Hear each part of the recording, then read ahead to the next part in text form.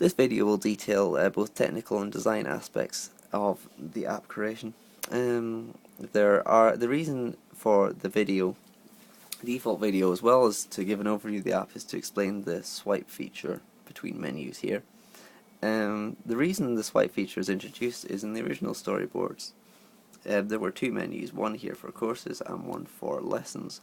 However, this would severely reduce the space left over here for videos, buttons and description.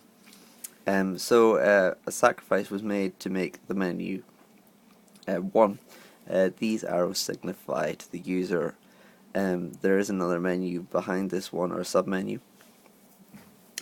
The swipe, when we do this action, perhaps for the first time, the user could be presented with a message telling them to go back, swipe right, thus alleviating any confusion which this current design has, because fundamentally there is no inherent problem with the swipe gesture to go between the menus. If we go to portrait view, on the technical elements of the design, if we go back, what happens here is all this data is represented in SQLite database. Courses is one table and lessons is another table. So we take this example again with the history course. This will be course ID 4. So when we press this, a query is made for all courses relating that all lessons which have a course ID of 4. They're populated in the database and converted to objects. So the title is an object, whether it's been viewed is an attribute, the parts here an attribute, description is an attribute, the video URL is the notes section. This makes it very easy to interact with, and as it is SQLite, it'd be easy for someone to come along in the future and add more videos. Another technical issue with the app is the way that the views were originally implemented in the original design. There was a separate view for this portrait mode and another view for this landscape mode. So if we play this video now, once it loads, we'll see it plays, and then we rotate. It keeps playing, no problem.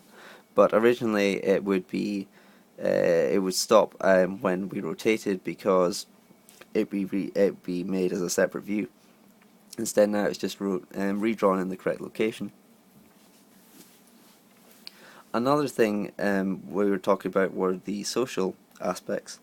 Originally, it was in a very initial crit was perhaps the implementation of quizzes as a way to get users to interact more with the app, which would be social. So they'd post the Facebook or wall of a user, of a Twitter page of a user, to say they've completed X amount, they've got X amount of points on a quiz, for example.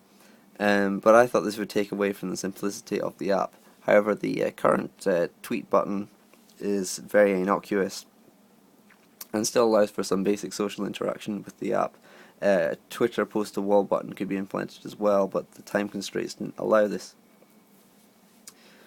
This concludes the technical aspects and the design aspects that went into the app.